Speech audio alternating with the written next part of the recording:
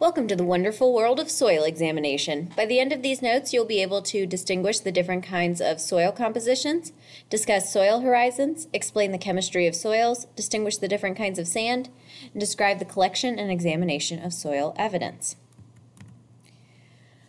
Factors such as temperature, rainfall, and the chemicals and minerals in the soil influence the production of soil, meaning what kind of soil gets produced and how quickly or slowly it's going to be produced. Soil from different locations can have different physical and chemical characteristics, which allows us to tell one type of soil apart from another type of soil. Because of this, soil analysis can be helpful in such things as linking suspects to crime scenes and locating burial sites. For example, you find soil in someone's car tires. That tells you that their car has been to that location. If you can find that location, maybe you find your buried body. So Dr. Hans Gross is believed to be one of the first to recognize the importance of physical evidence, of which soil falls under. His criminal investigation, written in 1893, had groundbreaking material in this science, and he did include some brief information on soil. However, Georg Popp is credited with being the first to use soil evidence to successfully solve a crime. He linked soil samples found on a suspect with samples found at a crime scene. So soil is part of the top layer of Earth's crust, remembering that the Earth has 3 different layers. This is the very top part, and it contains minerals, decaying organisms, water, and air in varying amounts. Soil texture describes the size of the mineral particles that make up the soil. So some soils have a very fine texture, meaning everything is very small, while other soils will have a much denser kind of texture where the particles are a lot bigger. There are 3 main grain sizes. We have sand, silt, and clay, with sand actually being the largest grain size, silt being in the middle, and clay being the smallest. The 3 subcategories of soil are loam, peat, and chalk. So soil on the Earth's crust can be divided into horizons. You are responsible for knowing these horizons and their description in order. So the O horizon is the one that is on the top. This is the humus, not to be confused with the delicious hummus, but humus is made of decaying organic matter. You don't want that on a pita chip. Then we have below O is the A horizon. This is considered the top soil horizon, and this is a mixture of humus and minerals. In most locations, horizon A is the top horizon. The O horizon is not found in a lot of areas. However, due to our building of neighborhoods and everything, the A horizon is also being lost in a lot of areas, leading us with being already on the E horizon, which is made up of sand and silt. Below the E horizon is the B horizon, which is considered the subsoil. This is made up of clay and minerals. Below B is the C horizon, which is the broken rock horizon. There is very little humus present. And then below that is R, which is our solid rock horizon. So those are the soil horizons. Now, an important chemical property of soil is whether it is acidic or basic. Acidic meaning that it has a pH of less than 7, and basic meaning that it has a pH greater than 7. Now, the materials that make up the soil do influence the pH. Certain things just naturally have a different pH with them, but they aren't the only factors that affect the soil level.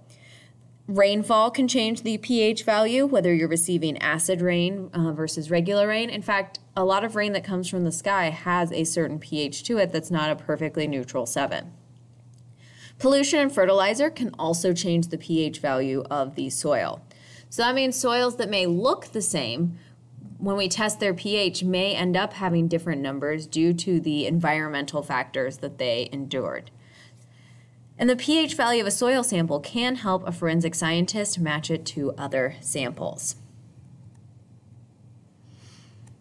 So sand is a really common soil type. You obviously are familiar with it at the beach, but in the area we live in, our overall soil has a sandy texture to it.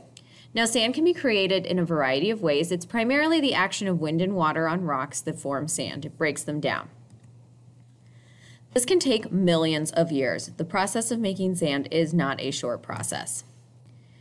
Now, sand that is being made by water is made more slowly because the water acts as a buffer and essentially cushions all of the rock particles, and it's only the water that's wearing them down.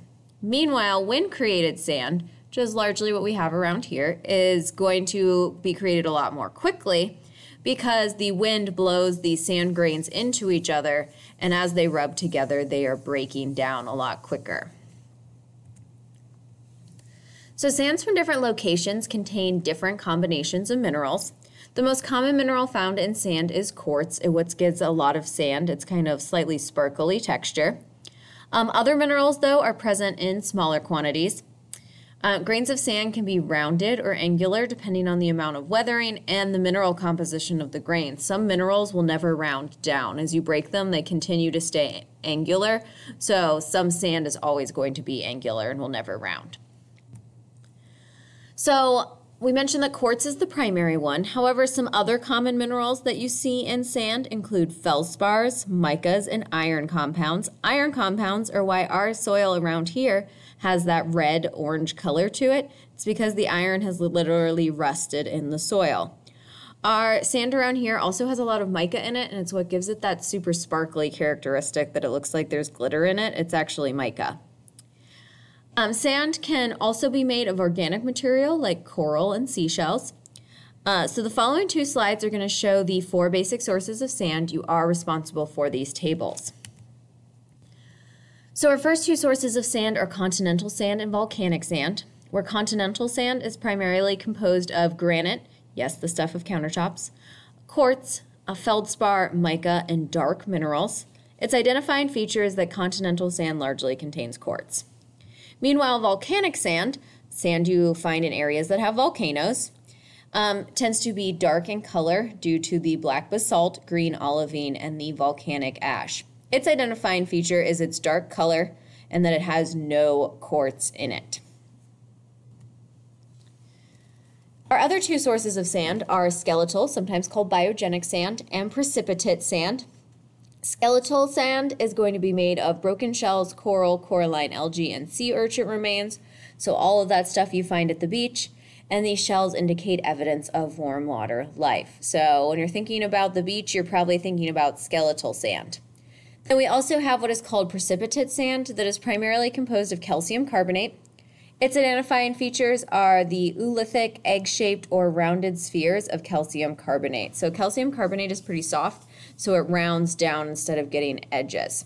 An interesting fact is that skeletal sand gives off bubbles when it is mixed with acid. So the presence of a soil unique to a certain area can show that a suspect or victim must have been in that area.